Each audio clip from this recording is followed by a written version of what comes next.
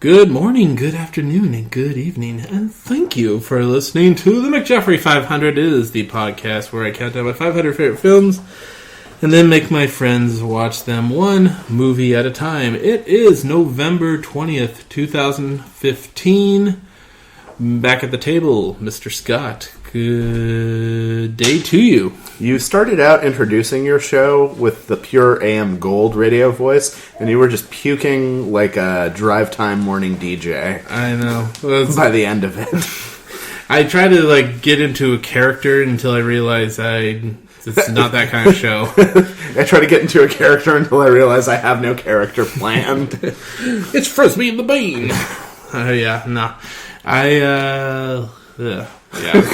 You know what? I have to admit I'm hitting kind of a malaise because after this we have 5 more episodes and we are done for the year. 2015 will have come and gone. It's 2015, right? It is currently 2015. I didn't miss a year. I didn't rip Van Winkle myself. No, that might come later. But for now, we are all on the same page. It is 2015. I'm also going to be completely honest. I'm impressed I've made it this far. I got to that point where now I can look behind me. It's like, well, I can't stop now. It's like when you're in line for some excellent ride, and you're realizing I've been in this line for a while, and then you look behind you. It's like, oh well, look at all the things that are behind me. So now you've displayed the qualities most espoused by one late Al Davis: pride and poise. Commitment to excellence. Just win, baby. How did it work out for Al? Well, he has an eternal flame that they put away every at the end of every football season, so he has that going for him. Well, that must be nice. Well, this is your second to last episode. Penultimate. Indeed. And let's just get into it. What have you been seeing? I saw Good Will Hunting. Yes, you did. Which, as I believe I said on the last show, I did not know that it was about the Goodwill store. Yes, I thought it was about shopping for bargains. Yes, it was way off. I thought it was Goodwill Hunting, but instead it was pacifist hunters. It was Will Hunting who was good.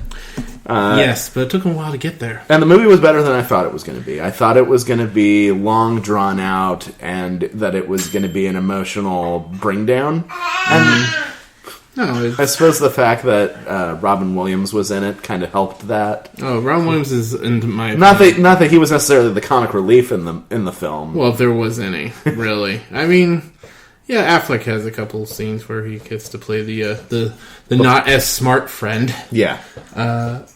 The movie's fine. I always found it slightly overrated, and this is coming from a guy who likes all people involved. Is it because it's the dumb people smart movie? Maybe. It perhaps. And the ending always, there's a scene in the end where it's not your fault, Jeff. No, it's not your fault. That scene's kind of powerful. I'll admit it. It's not your fault. I know. It's not your fault. I know. Don't make me cry. Put the wrench down. But you have the scene where Ben Affleck has a speech with Matt Damon where he wants to come up to the house and he wants to see that he's gone, and he'd be so happy about it. And he finally gets to have that scene, even though he knows from the angle he comes that the car is not there. Because he knocked on the door knowing Matt Damon wasn't there because the car wasn't there. But he still gets to have his cathartic moment, which is just... That's whack. We get to appreciate it for all the Kevin Smith podcasts that were afforded by him being able to get producer credit and doing punch-ups on it. Indeed. And then we can also thank Ben Affleck for all the all the Democratic politicians he's been able to fund since. Yes, to him we bow. No, the movie's definitely a fine film. I owned it at one. That's usually my parameter. Did I own it in its heyday? And that was the thing. It was one of those movies I didn't see forever because it was, the Jerry Maguire of thrift stores. Everybody had a copy of Good Will Hunting. Everybody sold their copy of Good Will Hunting when 5 years later passed with their copies of The Matrix. So many Matrix. What are the other movies that you always see at thrift stores? any Spider-Man movie. The Tobey Maguire ones? Yeah. I still haven't seen 3. You're better off. What's usually go to there? Analyze This. I didn't see that one. Analyze That. Oh, didn't see the sequel. I didn't see the sequel. I saw the first one. There are a few like that. I mean, yeah. You just go to the dimples and you're like any Saw movie. It's just there are just rows. I remember when people were really excited about the Saw movies. They were like, "Oh, this is," or Hostel. Like it was going to usher in this new era of horror, but really it was just really mean-spirited. It's torture porn. I know. It's toe-curling films, which I don't think like the whole Paranormal Activity stuff was any better, quite frankly. I mean, I would rather watch the Paranormal Activity stuff because at least there's build to something other than just cruelty. Yeah. Well, I don't know. I've been in a place. Fair enough. I mean, I saw the first Saw and I basically stopped there. Like, okay, I'm good. I saw the first Hostel. I was like, I like the beginning where everyone was. That's the best. My favorite part of the Hostel is when everyone's having fun at the beginning until everything goes to shit. Like, oh. I saw we did a lot of family movies for a while. I saw Cinderella with the live action by Kenneth Branagh. I hear it's pretty good. It wasn't bad. I mean, it's not one of those movies that's going to endure, but it's going to be, I think, for, the people who probably saw it in the theater. It was a movie that Anne, my wife, who's standing behind us with the baby and enjoying a delicious mocha that she's made for herself. She does the greatest mocha ever. She really wanted to see it before our son was born, and I ruined that because we were in a standoff between whether we would go see The Duff. Oh, I saw The Duff. Or Cinderella. You chose wisely. No, we didn't see either in the theater. Oh, it was one of those things that by the time we got around to having the time to see it, it was too late. And once he was here, we weren't really going much of anywhere. Although we did make it to the theater to see Pitch Perfect 2. That was our first and only movie together at the drive-in since he's been born. What was the double feature?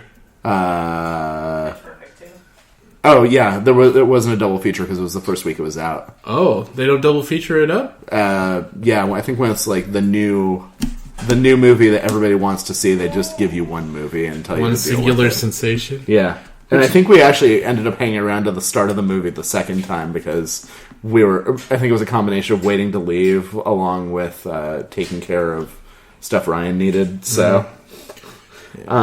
But yeah, Cinderella was fine. It was well done enough. I rolled my eyes a lot less than I did during the accompanying mini feature, which was Frozen Fever. Oh boy. Who's braced for that? I didn't think that I could go lower than Frozen as far as the Frozen OVA did, but the throwaway pre-feature. Yeah, it was just one of those things that you're just like, it's a cash grab. It really is. I mean, but, Disney's as good at that as anybody. To this day, I watched Frozen, late, like much later, like months. And I was like, that's it? That's it? Like, to this day, I say Tangled's the superior movie. Screw Frozen. Yeah, we're a Tangled family. Anne is giving you the finger point of this man knows what he's talking about. Yeah, I'm totally not on the Frozen train. We also saw Big Hero 6, another Disney feature. Oh, yeah, that was cute. Aimed at a different demographic, actually going after the young boys for a change. How'd that work out? It was successful. I mean, it was a different movie than its source material because I don't know if you knew this, but Big Hero 6 was an X-Men. Actually, it wasn't even an X-Men spinoff. It was an Alpha Flight spinoff. I heard something like that. Canada's super team had an offshoot guest appearance by this Japanese super team called Big Hero 6 that was led by the X-Men Sunfire. It was... Oh, that's interesting because I always wonder whatever happened to Sunfire. Yeah. Later he became a Horseman of Apocalypse. Anyway, it doesn't matter. You don't care. Big Hero 6, cute movie. Good enough. It was a lot of people. It'll do, pig. I think it was another one of those movies that the people I know who liked it were so vocal about how much they liked it that it couldn't live up to any of the excitement and hype. You know how long it took me to finally see Shawshank Redemption? Probably slightly less long than it took me to see it. That's always been the classic. Have you seen it in the last 2 years for the first time? No, then you win. Then yeah, that was when I saw it. I literally, like, everyone was all over. I mean, it all goes back to the IMDb 250. That's always consistently number one. It's like, okay, I know about this movie, a bit, but never saw it. And then everyone I know seeing it, like, oh, why haven't you seen it? It's the greatest movie ever. And then it's like, you can't say it's the greatest movie ever, because then it's just going to let me down. And I did see it finally. Oh, yeah, I liked it. I liked it a lot. I really enjoyed it. I almost loved it, but not the greatest movie ever. I think trying to deal with superlatives in such a way that you say something is the best something ever. Hyperbole is a dangerous thing. I know what my favorite movie is, but I wouldn't ever put that on someone to say. I mean, I guess I could say it borrows from the greatest source material, although since then I've reevaluated that. My favorite movie is Strange Brew. Mm-hmm. The Doug and Bob McKenzie movie, which is Hamlet. Which is, incidentally, my mom's least favorite movie of all time. Fun fact. But it's Hamlet. It's yes. The brewery is called Elsinore, just like the castle in Hamlet is called Elsinore. Instead of Claudius, the uncle in the story's name is Claude. And Doug and Bob McKenzie are Rosencrantz and Guildenstern. And they're drunk the entire movie, almost. Yeah, and of course, when I saw it when I was a kid over at my dad's, it's like, I didn't know Hamlet from Ham. So watching Strange Brew, and then eventually I think I saw,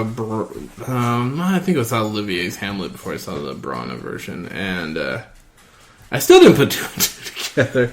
And then I think I read somewhere, and then it's like, oh. I remember reading Hamlet in my English class my senior year in high school. Oh, yeah? I think for most of the class I ended up reading the part of Hamlet in it because I was... You actually gave it some... Well, no, it was like the first year that I wasn't in honors English. Ooh. And so, like... Oh, you got demoted?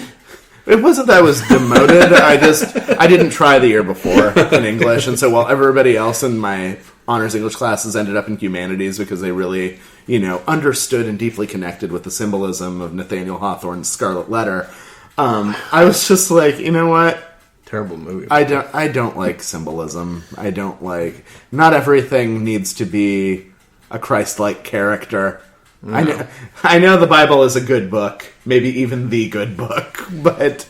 It's a book with a bunch of interesting small stories. So I ended up in regular English. I was reading... Fortune Hears a Who. No, I was reading Hamlet, and I probably got about a quarter of the way into the second act, and I was like, "Wait a damn minute! This is Strange Brew. And this Bill Shakespeare guy is a hack." Oh, them's fighting words. And it's like, I know how this ends. And it was, it was what it was. It was, I love Strange Brew. And then there's nothing that will take away just the excitement of watching that movie for the first time and just how stupid it is. Like, it's so genuine in its stupidity that it warms the cockles of my heart. Like, it's so steadfast. It has Max von Sydow in it. And...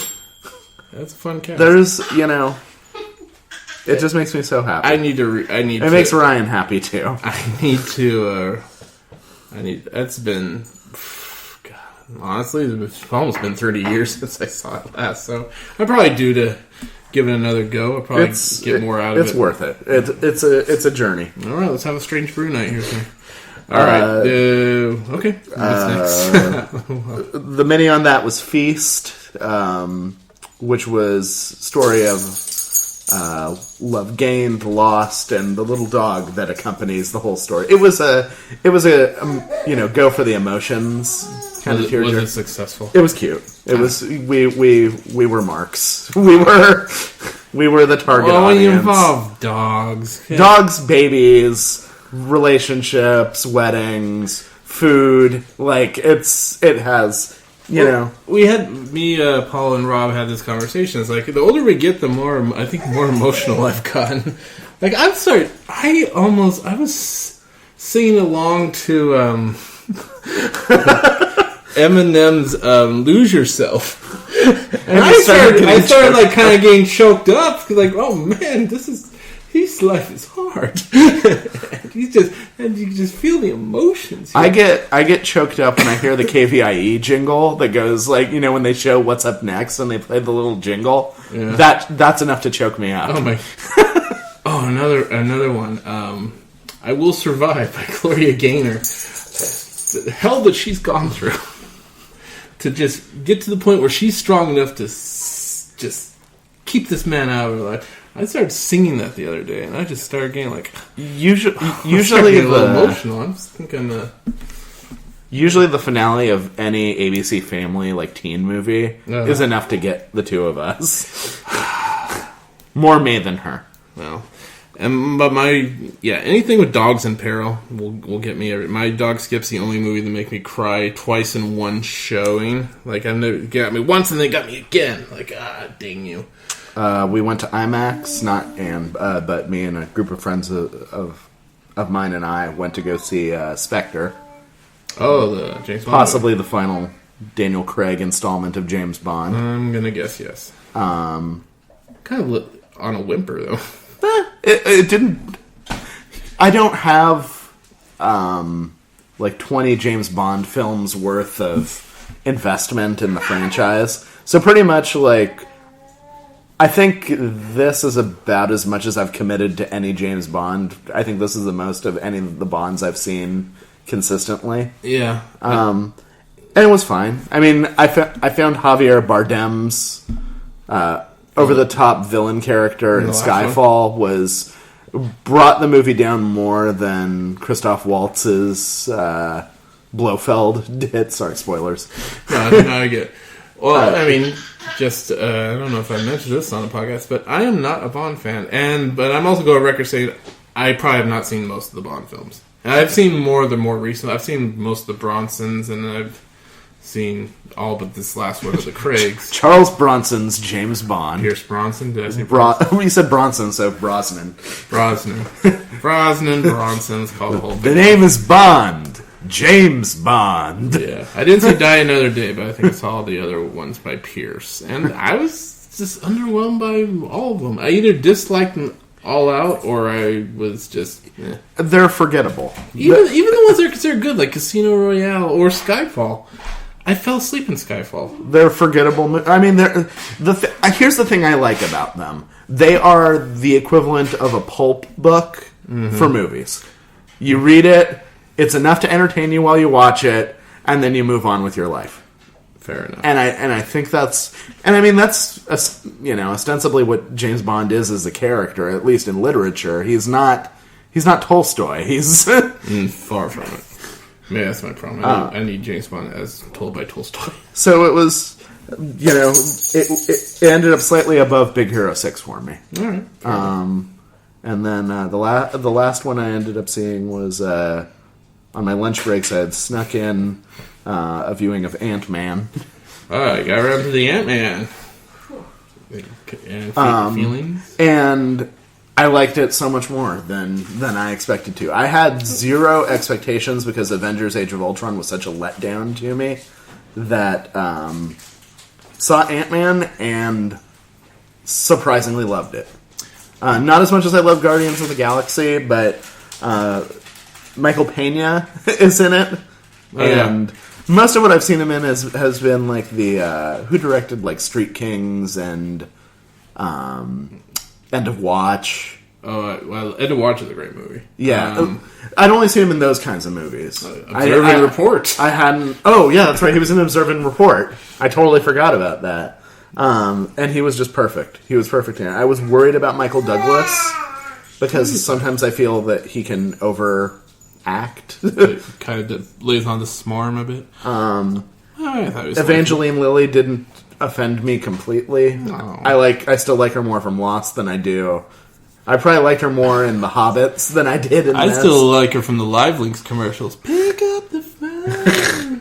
She did those. Yes. You look them up. Because it was crazy. Because I used to watch TV late at night, and they'd have those Live Links commercials.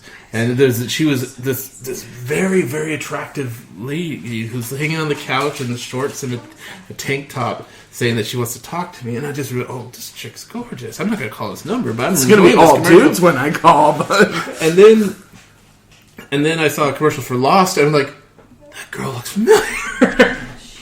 And then I finally put two and two together, like, you're the last. And then, of course, good old Conan O'Brien, she was a guest, and of course they pulled up the Live Links commercials, and so, circle completed. So, Evangeline Lilly, definitely fun for the eyes. Paul Rudd. Paul Rudd's always fun, period. Not always. I didn't like I Love You Man. What? What's wrong with you two? I Love You Man. It's a fine comedy. Did you like I Love You Man? No, I hated it. Okay, thank God. That's why we're married to each other. Oh, wait. I mean, not even Rush could save that movie for me. And that's saying something. I don't know what to say to that. I loved Forgetting Sarah Marshall, and I love How I Met Your Mother, so Jason Segel, not the problem. I don't even know if Paul Rudd was the problem. Did you like Role Models? Oh, yeah, I loved Role Models. Role Models is almost in my top 10. It might be in my top 10 still. Okay. So Paul Rudd's not the problem. So Paul, I don't know what it was about that movie. Again, it was built up as, like, Forgetting Sarah Marshall flew under the radar for a lot of people. It was pretty successful. It was successful, but I feel like it was more successful once it came out on DVD. I almost said on home video. Did you see I Love You Man with me? No. Oh, okay. Because I saw it on a college campus on a blow-up screen. Not I ideal. think that was my problem with I Love You Man. Just like a grass area full of bros. Yep. When the most enduring just hugging it part out. of that movie is people saying "slap in the bass," like that makes me laugh. Yeah, but it makes you laugh because I'm saying it. I'm so angry about it. Toots Nickets. That's a fun movie. You're wrong, but it's all right. Ant-Man is. You know what? I went in. I always go into all these Marvel movies like I just don't want to dislike it. And the only ones I dislike are the Thor movies, really even the first one. I really dislike the first one. The second one I liked less than the first one. I did not like either Thor movies, but I've liked virtually everything else. I mean, and I'm with you with the Avengers sequel, but I still enjoyed it. You know, almost against my. Role Models is my number 14, just after Pitch Perfect. Well, Role Models is a fine film. Came out the same year as Sarah Marshall. That was it. No, that was the same year as. That was Sarah 2008 for Role Models. Sarah Marshall was. Apparently, Goon is higher than Sarah Marshall on my list. Goon has its moments. I'm waiting for the internet. I think Goon's a little overrated. Apparently, we have dial-up here. Yeah, it's okay. Yeah, no harm, no foul. All right, so is that Ant-Man, good movie? Ant-Man, great. I would see it again. I would see it again in the theater, which I guess it's at Birdcage. So, all right. It's Sunrise, but it's Birdcage to me. Well, I mean, actually, Birdcage was always Birdcage. Sunrise was always Sunrise. Yeah, but it's across the street from where Birdcage was. But to me, it's always Birdcage. It's the discount cinemas. All right, we gotta get started on this thing. We are overtime, as always, which is always a pleasure because I don't have to edit or add buffers. Okay, so I'm about to show you what we're about to watch. And let me just pull up the. I kind of miss when you would give me the tease, the synopsis. You know what? Screw it. I'll do that for you right now. Because the reveal.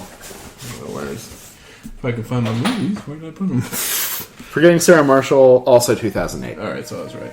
I like being right. Nicholas Stoller for Forgetting Sarah Marshall. The state guy who did Role Models. Was it? Yeah, it was the state guys. All right.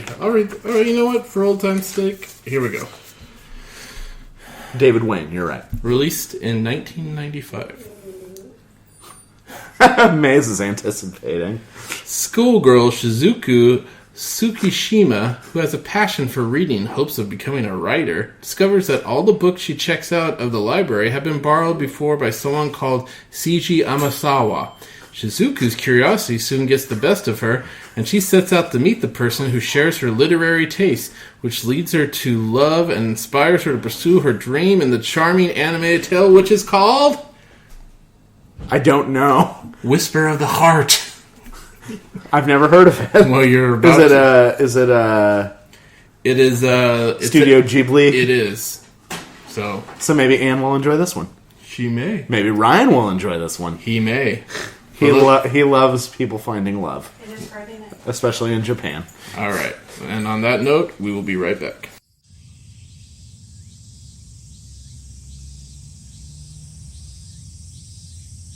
And then all of a sudden, she starts crying her head off. So what did I say that was so terrible, huh? Just think about it. Remember when Yuko said, date your friend, how could you say that to me? Mm-hmm. All I said was he's a good guy. She should give him a chance. Get a clue! What Yuko was saying was that she didn't want to hear something like that from you. You know what that means, don't you? I don't speak girl code. Why don't you spell it out for me? Wah! I can't believe you're this dense. What it means is, Yuko has a crush on you. What? Are you sure? I didn't pick up on that. Are you blind? She stayed home from school, you know. She even missed a test on account of you. But it's that you're the one I'm in love with. What? Come on, quit joking around, will you? I'm not joking. I've been in love with you for years. Haven't you noticed? But you can't fall for me. That just doesn't happen. Don't you like me at all? Or is there someone else you love? I'm not in love with anybody. But Yuko, I gotta go. Wait a minute. Forget Yuko. Do you like me? Of course I like you. We've been friends for years. But Yuko and I are best friends. So that's the way it's gonna stay, okay?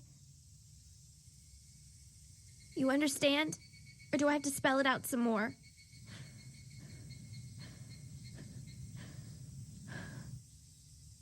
No. I understand. We'll just be friends.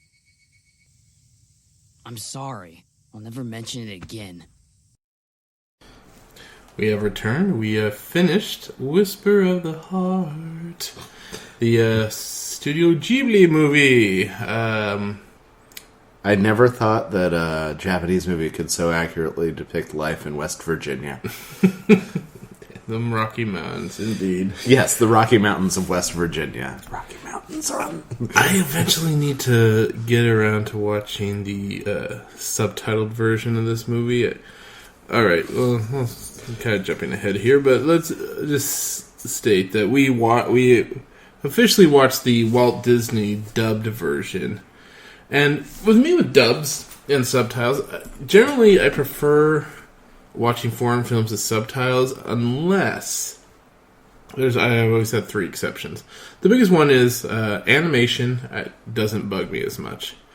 The other two are anything that's considered chopsaki. Actually, dubbed is generally preferred in my humble opinion. So like a Jackie Chan movie? Yeah, or like just any of those like Drunken Wu-Tang or Five Fingers of Death. Anything with Sonny Chiba. Exactly. And the other exception to the rule, Godzilla movies. That you can dub those all day long. It's all fine and good in my eyes. But so we watched the one with the American dubbing, Brittany Snow of David Gallagher, Gene Smart, a bunch of names you may know in passing. Brittany Snow probably best known for the Pitch Perfect series now. Plays the lead. And this is our first anime. Won't be our last. But here's the thing with this movie that I enjoy, and I kind of mentioned it briefly when the movie was over before we started recording, is this is a movie, 95% of this movie could have just as easily been done in live action. There's no really any trips of fanciful... I mean, there's one scene with a cat person where she's narrating a story she's making. and we kind of see it come to life. But outside of that, this whole movie is played pretty straight. So you almost have to ask yourself, well, why even animate it? But that's the beauty of it is, and why a lot of Studio Ghibli or Miyazaki films are kind of wonderful in their own ways. The characters are completely. There's a humanness about them. Like there's little sides, like people will stop and tie their shoes, or there's a scene where she's at her desk and she's been writing all night and she does kind of the leg vibrating thing, which I've done, and it's the little details like that, and you kind of appreciate it. And it's the difference between watching a Hanna-Barbera cartoon, where you see the same background going by 77 times in one scene because they wanted to save on animation, versus this is all hand drawn, like almost from start to finish. I mean, I've gone to art shows that were just the art of Miyazaki. I went to the Cartoon Art Museum. The first time I went to the Cartoon Art Museum in San Francisco, which if you haven't been there, I need to. I know of his existence, but it's... I believe they're actually moving locations. They've been on Mission, I think, until recently, and I believe because of the escalating value of San Francisco property and rental space, they couldn't afford to be where they were. But it's a legitimate, art museum. It's modest in size. But the first time I went there, they were having an exhibit on the art of Miyazaki from Totoro specifically, and it was just amazing. I mean, it was seeing those cells. It was like looking at individual, portraits in each one, even when it was just something very simple. There was so much depth to it and so much richness that, I mean, you don't see that. I mean, even with the rise of CG animation, it's different. It's. I mean, even Japan has had to adjust with the times as far as that goes. Even Miyazaki himself, but who's now on the back nine of his career. I mean, he's all but retired from active animation, and he's now exploring the other things that he wanted to toy with. He's doing manga. He's I'm sure he does a storyboard here and there, but I mean, I think he may or may not be working on like a script for a live action thing, but when you start saying the great directors in the same breath of a Kurosawa, Hitchcock, is it fair to say that he's the greatest animated director of all time? Up there. I mean, who's second? Would you say Disney? Or was he considered an actual director, or was he just... Well, I don't know. I mean, Miyazaki didn't direct this movie. No, not this one in particular. But, I mean... He's obviously if there's a Disney of Japan, it's him. Well, I mean, you have to think about, how many things go into making. I mean, as far as, like, active directors, I mean... staying power, he probably has the greatest longevity of any animated director. Everything he does has merit. He doesn't do throwaway movies. He doesn't do things for the easy. He tells the stories he wants to tell. Exactly. He's probably the greatest animated auteur, The animated director, other animated directors look up to. I met Don Bluth in the last couple months, and that's true. And that was, I was really surprised by because I was so ambivalent about so many of Don Bluth's movies when I was actually a kid. Oh yeah, but like actually seeing someone who's made so much of what filled your childhood. Or just your life in general, in terms of like the images that you've seen and the stories that you've been an audience to. It was enough to make me think about when I found out that he was doing art commissions for like a pencil sketch for $30. I was like, wow. I'm gonna feel like an idiot if I don't do this. So I had him do like a quick sketch of Sharptooth from Land Before Time for Ryan. Oh, I still would want to do a Dirk the Daring for me. He did a lot of them, and he put a lot more effort into those than. I didn't want. Then I'd want a Giddy Goon, because if all he ever did was the Dragon Slayer video game, he would be a legend in my eyes. Because I used to just be mesmerized by that thing. I never could get past the first move in that game. They had trading cards that were coincided with the game, and I actually collected them and I studied them. It's like maybe the first thing as a child that I was very diligent about, because I really wanted to get far in that game.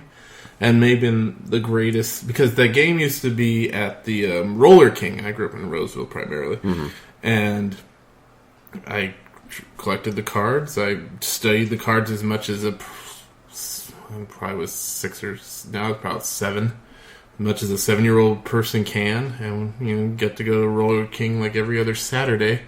Hit up the Dragon Slayer, put in it was 50 cents back then. Like back before 50 cents was one of the norm for video games because it was special, and I beat it, and it was at 7 probably the greatest accomplishment of my life. And then the sequel came, and I never got to beat that one, sadly. But I did watch somebody beat it, which was kind of cool. That one came much later, actually. Now I recollection. I remember hearing about it. They used to have like a game show for kids, like called the Arcade or Video Game something, and kids compete with these video games. And then the prize was they would win an actual standing console, which I thought was like the greatest prize ever. And they showed previews for Dragon Slayer 2, and I almost lost my shit. But that game literally didn't come out. Well, not maybe it was in term literally. That game did not come out for almost a decade after, which is kind of crazy to think about. But then it suddenly was there, and it was pretty awesome. But Don Bluth, Secret and but 4-time American Tail, yeah, he's definitely up there. I guess going back to what you were saying, I mean, there are so few directors in animation that actually get top billing as far as movies. I mean, sure, you'll know about animators who do TV shows. I think that's more common. Like Seth MacFarlane. Yeah, the South Park guys, or Matt Groening. Or even someone like John Lasseter, who is kind of head of Pixar. He doesn't. I mean, he very seldomly directs his. He directs the Cars and the Toy Story. And I mean, Disney is a great example of a company that they really don't pump up their directors. No, they'll pump up their stars. They'll pump up the people who are singing the songs in them, but the directors and the animators that generally make Disney movies, unless they've gone on to do something afterwards, are ghosts. I mean, Don Bluth is an example. I didn't know that he'd worked on, Robin Hood, and that his team had, made Pete's Dragon happen. The Rescuers, I think, was one of his too. Well, that definitely changed when he moved over to was that Columbia? They did the other movies with, because as a kid I knew the name Don Bluth. Well, yeah, he was like the first, besides Walt Disney, he was the first director that really got top billing, in that era when Disney as a Don Bluth film. Yeah. Well, but I mean, think about where Disney was in the 1980s. They were definitely on the decline. Yeah, I mean, you had Black Cauldron, you had Great Mask Detective. Yeah. Just movies that, even though in hindsight there were some pretty cool things that they did with them, they tanked.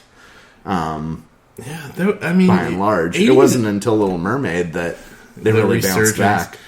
But 80s as a whole, except arguably outside of the few of the Don Bluth films, was a wasteland for animated films. It was a wasteland for Disney. I mean, they were relying mostly on their kind of phoned in. I mean, the last vestiges of Herbie and is that even 80s? I can't even. I mean, well, they had Touchstone. I think they were kind of focusing on maybe more adult fare, because pretty well. I guess that was 90s still. Dang. Yeah. Disney had a rough patch there. And when I think about it, when I think about what Disney is now versus what Disney was when I was a kid, I don't think I would have ever been able to go to Disneyland if they hadn't fallen on such Because think about how much it costs to go to Disneyland now. Think about all the things that they've sucked into their empire. You have their Star Wars, you have Marvel. They have Miyazaki now, don't they? I think they're the custodians of his films on the American side. I guess the story is that's how, because Lasseter was going to essentially take Pixar somewhere else. Because I guess he'd made the number of films that he was contracted to make. And Disney basically said, okay, what do you want? And he basically said, he wants people to see the Miyazaki films. So he wanted Disney to kind of spearhead, gain them American distribution. Because before that, you'd have to go to specialty shops or find bootleg copies. And to Disney's credit, like they did, like they're all available. And that's a testament to Lasseter that he used his powers for good instead of. Yeah, and the other thing is like he didn't want to kill the hand drawn stuff. That's why we even got like Princess and the Frog and the Winnie the Pooh movie. So yeah, he did a lot of good, and Disney has enough. Like, we'll ride the storm because we know Disney because otherwise the last hand-drawn Disney animated movie was going to be Home on the Range. I never saw that. The one with the cows. Never saw it either. But I remember that was the draw of it, and nobody cared because it was horribly it was not animated, but it was horribly advertised. I barely remember seeing anything on it. Well, that was kind of a weird period for Disney, but Lilo and Stitch I recall being pretty successful, and that came out like a little before that, right? There were quite a few, because I think Home on the Range came out either... And Treasure Planet bombed, I remember that. As I was getting out of college, or... and Atlantis, that was the other one. Both Atlantis and Treasure Planet, other movies that Don Bluth's team worked on. Treasure Planet's actually a gorgeous movie. That story's pretty forgettable, because I remember seeing it in theaters thinking, it's eye candy, but I can't... I wasn't having much fun watching it. I mean... Now that I think about it, Don Bluth was as much, part of my childhood as like Ivan Reitman was, and Chris Columbus. There you go. Secret of NIMH was a basic. It was a constant in my life growing up because I liked it because it was kind of dark, and I turned my head at points. The characters legitimately die in that movie, like stabbed. Sword and back. Well, Disney had a pretty rich history of consequences in movies. But did they ever really bleed? Well, I guess... I don't know. Bambi's mother, Dumbo's mother. There's a lot of loss. There are a lot of, and I was talking to my best friend while we were at Target, and she was, looking at kids' books for her kid, and I was just kind of like, kids' books are such a racket because they, most of them are really, they're just supposed to be introductions to language, introductions to literature, introductions to storytelling, but so many of them are so flimsy. Like, if you ever see, I guess Jimmy Fallon's kids' book is supposed to be more of like an inside joke, but literally it's 38 words, and he charges like $8 to $12 for a copy of the thing. Terrible. And I'm just like, really?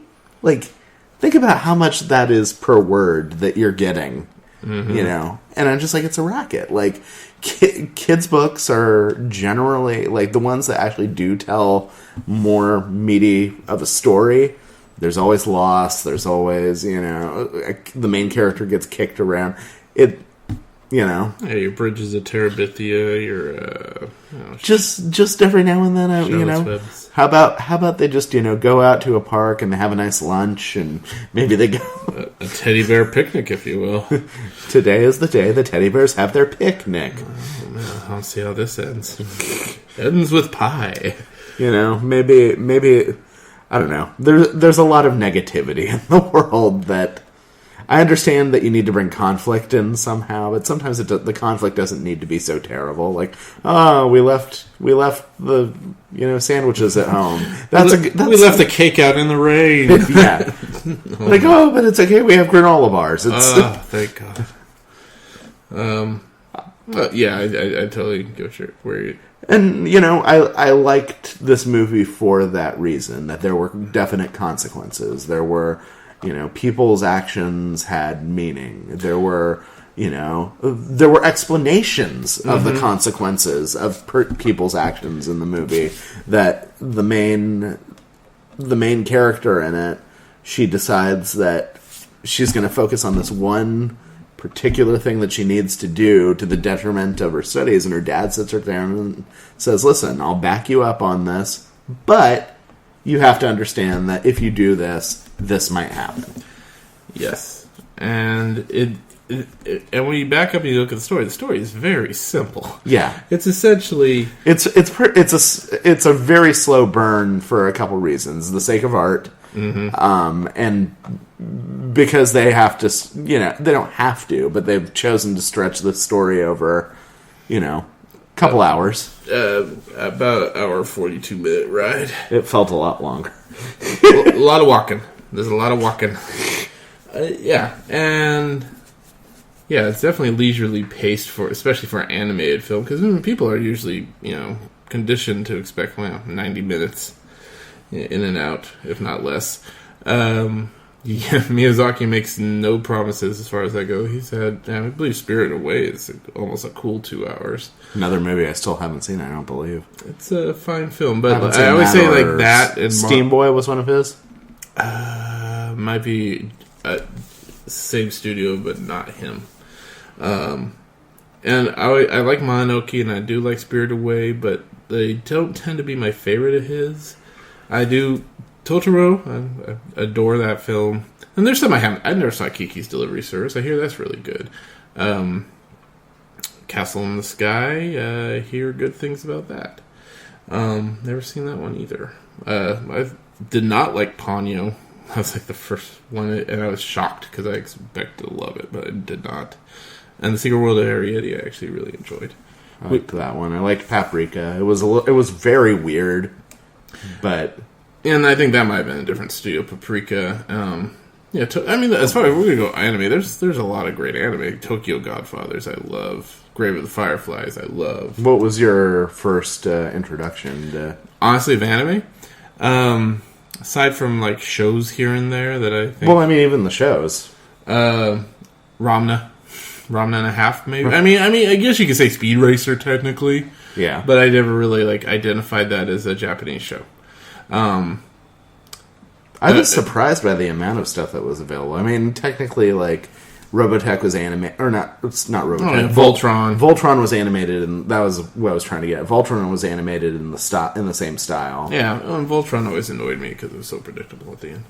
I mean, Voltron was kind of like G.I. Joe, that you just watched to see what toys they were going to play with each week. Yeah, I just wanted to see who the heavy was, and that's... Robotech was Robotech was the first Japanese animated series that I really fell in love with, because it had story, it had characters you invested in, it actually, stretched a story out for pretty long seasons. Like, that first season it felt like 60 episodes. It's funny how when you're a kid, though, the seasons always feel so much longer. I mean, technically there's more episodes, because they 5 days a week, as far as that goes. We touched on that with the DuckTales, where it's it only lasted, 3 seasons? Yeah. But there's how many episodes per season? Yeah. A lot. And I probably would have liked Robotech. It completely eluded me. I think it was on at 5:30 in the morning on Sundays, when I was growing up. It was before I was even in school, I think, that I started watching it. So yeah. That was one that, when my sister would get home from school, would come on, and it was enough of a soap opera that she would watch it with me. Oh, well, and nice. She'd at least humor me and watch it until He-Man and She-Ra came on, and then she got control of the TV when Punky Brewster was on. Oh, so. That was my sister's jam, the Punky Brewster. I remember the first one I actually went on my way wanting to see, that I actually rented on VHS, was Akira. Because I remember seeing actually clips of it when watching The Big Picture, the Chris Conley HBO or MTV show. And they were actually showing these amazing looking animations of Akira, and I was like, this looks awesome, I gotta see this. Of course, I'm maybe 12 at this point, and my brain could not take in it was hard. I was struggling following the story. I was enjoying the animation, but it was actually disturbing the hell out of me at times. And I've seen it since. It's a little bit easier. It's still a pretty complex story, but for me, it was kind of surprising how abruptly Japanese animation exploded and then almost all at once disappeared. Yeah. Because when I was a kid, there was Robotech, there was Star Blazers, which was it was called something. No. Space Battleship Yamato, I believe, Yeah. was what it was called in Japan. Before I watched Robotech, there was Battle of the Planets. Oh yeah. Or Gatchaman, whatever you people knew it as. But then almost all at once, everything disappeared, and maybe it was just because there was so much other American action. You had Transformers, you had your G.I. Joe, you had all the GoBots, Centurions, and Humanoids. Anything to that toy. Marvel got into it and started having like their animation, and then it was you were in that ghetto of '90s cartoons. But then a little Pokemon song. No, even before that, you had Power Rangers.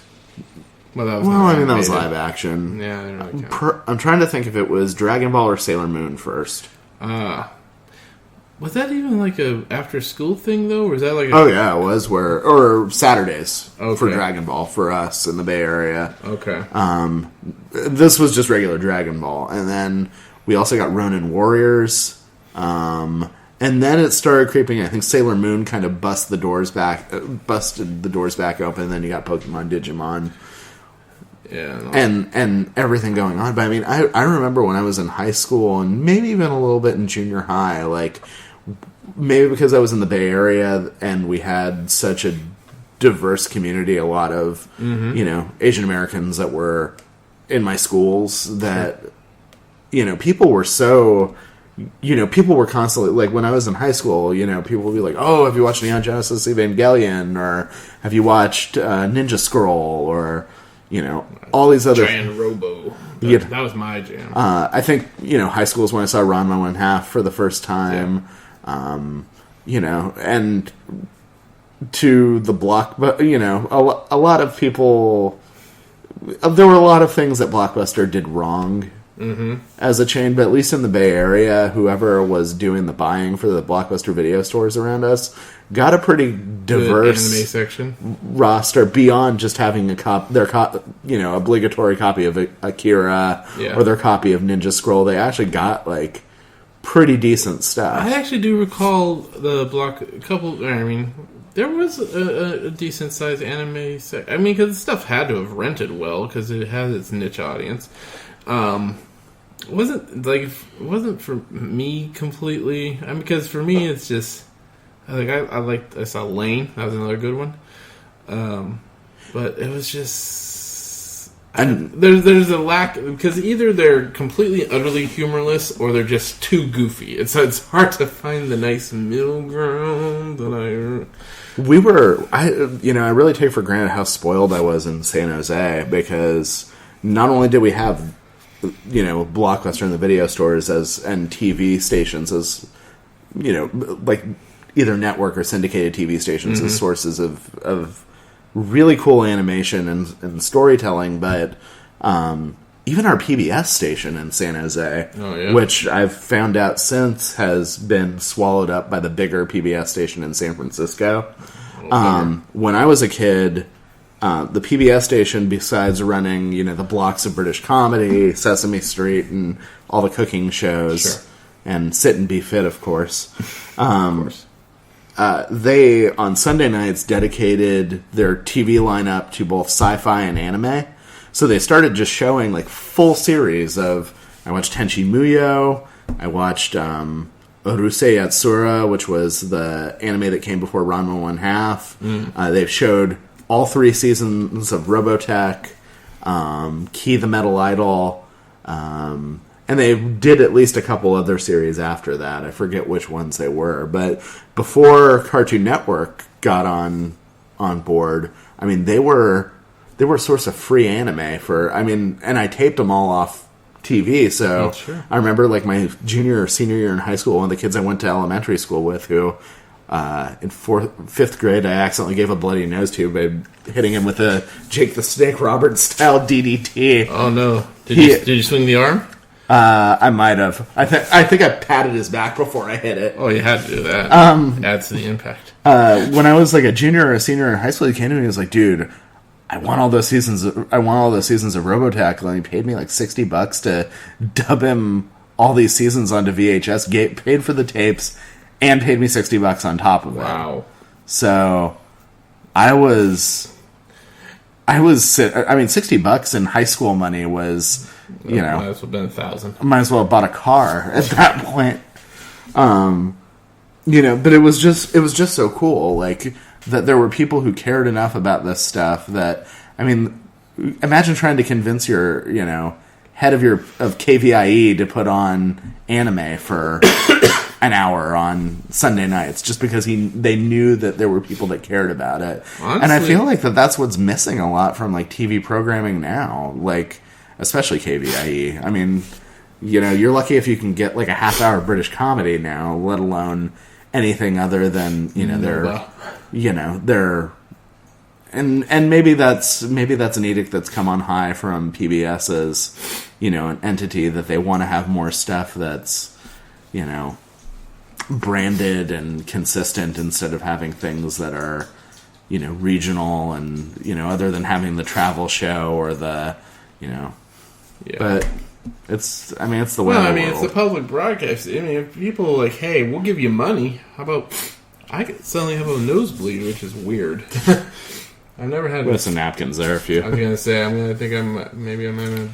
It's like the sign next time. Well, it's pretty dry right now, so. Oh wow! But that never happens, ladies and gentlemen. You are listening to me having just a. He's busted open. I should have like a. Wow, that's weird. I think I'm gonna die soon. He's doing this podcast stiff. All right. Weird. Okay. Interesting. Mental note. Why does Jeff have a nosebleed? First time in McJeffrey 500 history. Well, I understand if I was digging in there and I mining for mineral resources. Yeah, I dig too deep. I mean, I've been guilty of that. When I was younger, but this is just an automatic nosebleed. That's weird. All right, something. Good. I can't present y'all with a visual. All right. Well, we probably should wrap it up before I get preoccupied with the sniffins. So, Whisper in the Heart, good movie. Okay. What put it far and away above? You know what? Ultimately, for me, it also is based around something that I am a big proponent of, which is writing, and it got a lot of those little things right. Like when she goes. When she decides she's going to write this story.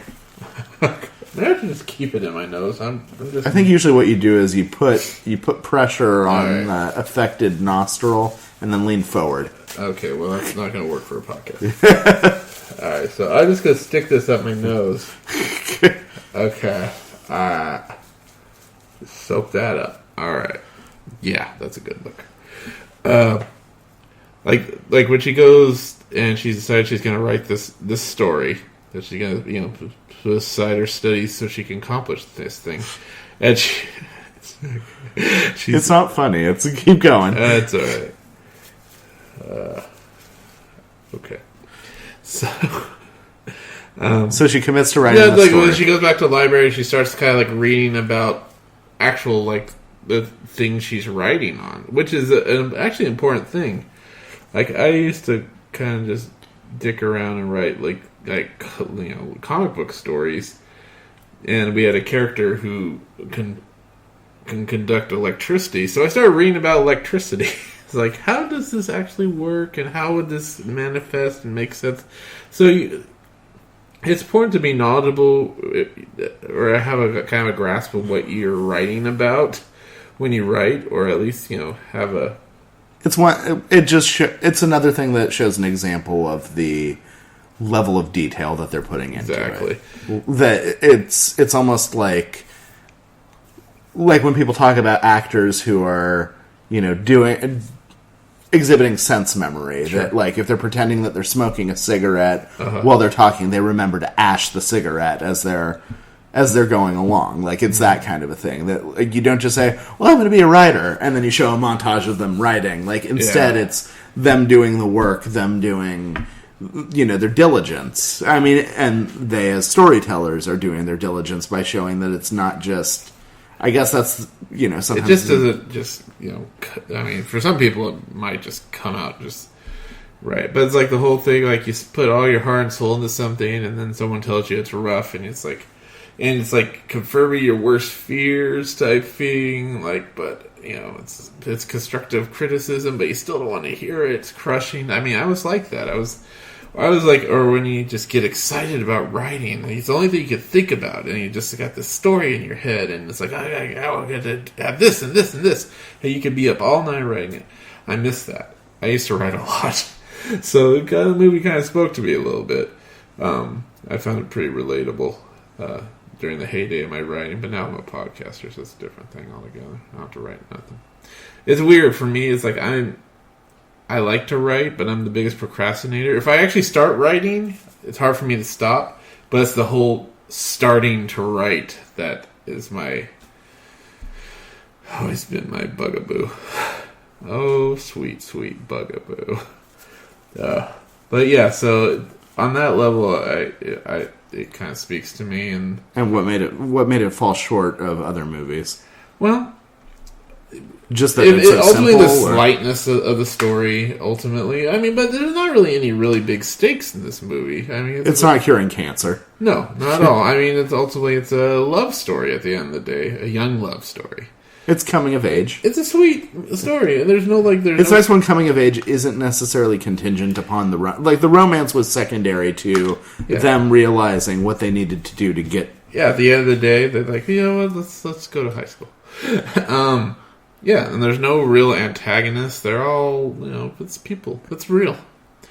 I kind of love it for that.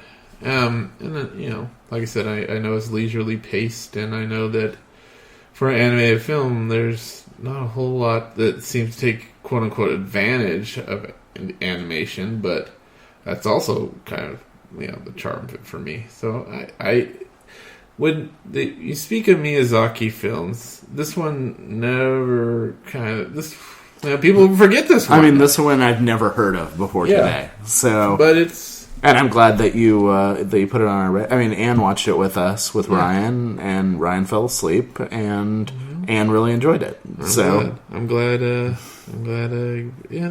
figured, hey, it's not dark, so we got that going for it, which is nice, because I think the movie we're going to end with you for this year is probably a little darker. I don't know how it couldn't be. All right. I got to deal with this nose thing, getting a little preoccupied, so I'm going to wrap things up. Music provided by Austin Osgram. You can hear more at his SoundCloud, his YouTube, or his Facebook page. Just put in Austin Osgram. That's Austin like the city, Oz like the wizard, and Graham like the cracker. Special shout out goes out to engineer Travis, without whom you would not be hearing this. Back at the board. Wheels of steel. Back with us. Back in black and hit the sack. We're gonna end with. Should we just end with the obvious song from this movie? Yeah, it's up to you. Or you could zig where they'd otherwise zag. It's ultimately Careless Whisper, maybe. Careless Whisper. Or Listen to Your Heart by Roxanne. Total Eclipse of the Heart. Totally. You know what? Well, I'm going to be taking over the song choice reigns in the new year, so I'm going to let you pick for this movie. So by all means, which song should we end with? Go with the Me First and the Gimme Gimmes version of the song, the only song they had the rights to in this movie. That would be Take Me Home, Country Roads. And that was the Me and the Gimme Gimmes? Me First and the Gimme Gimmes. Me First and the Gimme Gimmes. It's members of NoFX, the Swingin' Utters, and a bunch of other punk rock bands. I think you'll enjoy it. I can't wait to hear that. All right. So we'll leave you with that. And until next time, I bid you all do. Almost heaven, West Virginia, Blues Mountain, Shenandoah River.